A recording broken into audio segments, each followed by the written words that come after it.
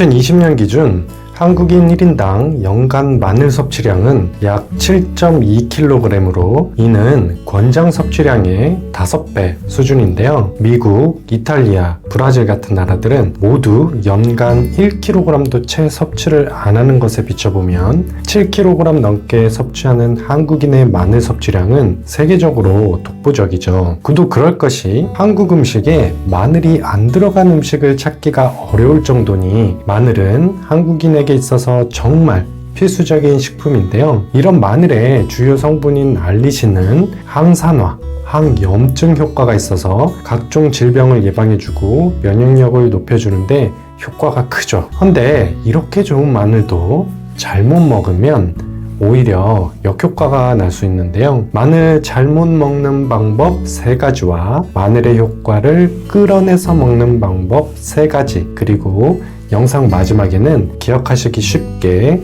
요약해서 한 번 더 말씀을 드리면서 마늘 섭취 방법에 대한 오해에 대해서도 말씀을 드릴 테니까 끝까지 집중해서 시청해 주세요. 아울러 건강에 좋은 정보, 특히 암이나 당뇨, 심혈관 질환 같은 질병이 있으신 분들에게 더 도움이 될 정보들을 전달드리고 있으니 주변의 소중한 분들께도 공유해서 소개 많이 부탁드립니다. 우선 곰팡이 핀 마늘인데요.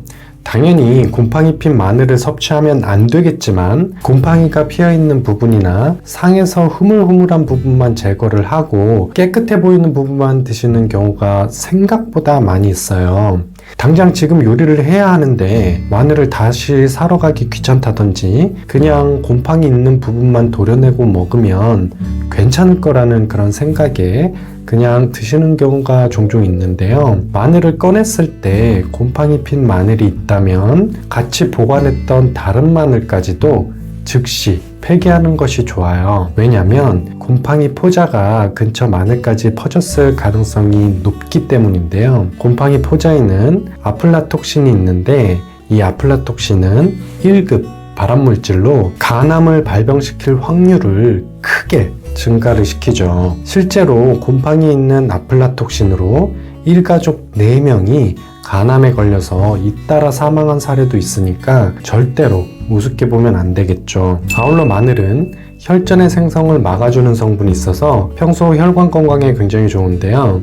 그런데 혈소판 기능을 막는 마늘의 이러한 효과로 인해서 혈액의 응고가 지연이 되고 이로 인해서 수술 중 또는 수술 후 출혈 시간을 증가시킬 위험이 높아질 수가 있으니까 수술 7일 전부터는 마늘 복용을 자제하는 게 좋습니다. 실제로 자궁 수술 전에 생마늘을 섭취했던 37세 여성이 과다출혈로 재수술을 받고 대량으로 수혈을 받은 사례가 국제여성건강저널에 보고되기도 했던 그런 경우도 있죠. 아울러 마늘 속 성분이 혈액 응고를 막기 때문에 와파린 등 혈전 용해제를 복용하고 계시다면 마늘을 드시는 것을 자제를 하는 게 좋습니다. 그리고 마늘이 몸에 좋다고 과도하게 섭취하면 오히려 문제가 또 발생할 수 있는데요. 마늘에는 의외로 생각보다 많은 당질이 들어있는데요. 농촌진흥청 식품성분표 자료에 따르면 마늘 100g당 24.2g의 당질이 들어있고 당도도 30브릭스에 달하죠. 바나나가 23.5브릭스고 사과가 15브릭스인 것에 비해서 상당히 높은 편인데요.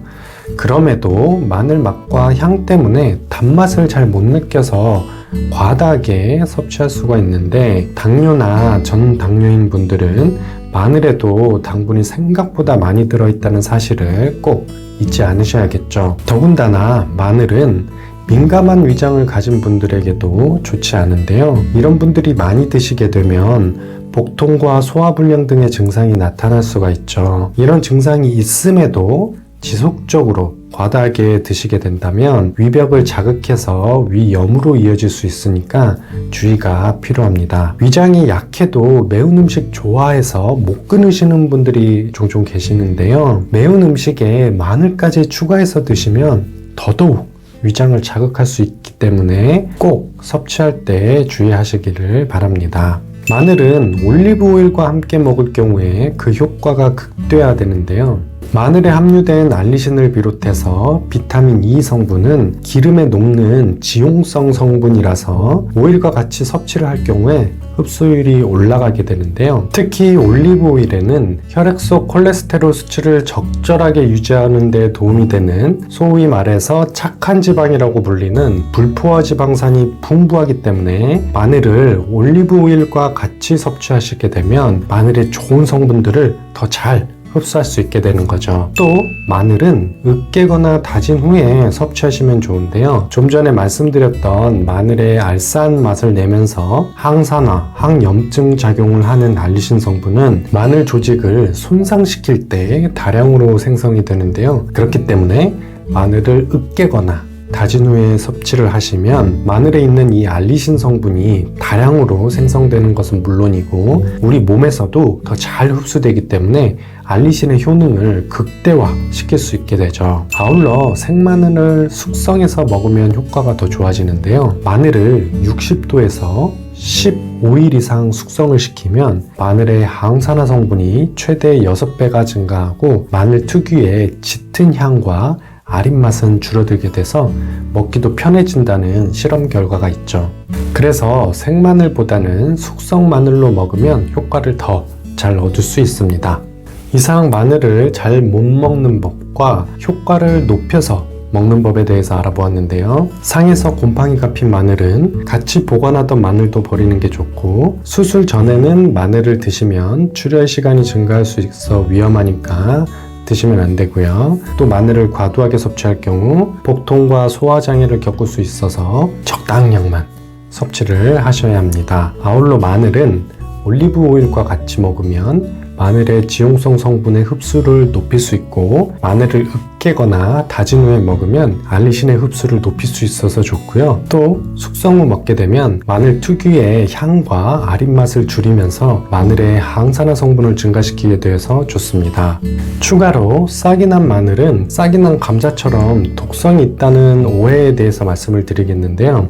이런 오해로 인해서 싹이 난 마늘을 그냥 버리시는 분들이 계세요. 그런데 싹이 난 바라 마늘은 오히려 일반 마늘보다 항산화 활동이 더 강해서 효과도 더 좋으니까 더 좋은 것이기 때문에 오히려 더 마음을 놓고 드셔도 좋습니다. 이상 마늘에 대해서 알아보았는데요. 다음에도 일상생활에서 쉽게 할 수 있는 건강에 도움이 되는 영상들 계속해서 올리도록 하겠습니다. 구독 버튼을 눌러주시는 만큼 많은 분들에게 전달이 되고 다른 분들께도 도움이 될 수 있으니까 영상이 도움이 되셨다면 구독과 좋아요 부탁드립니다. 감사합니다.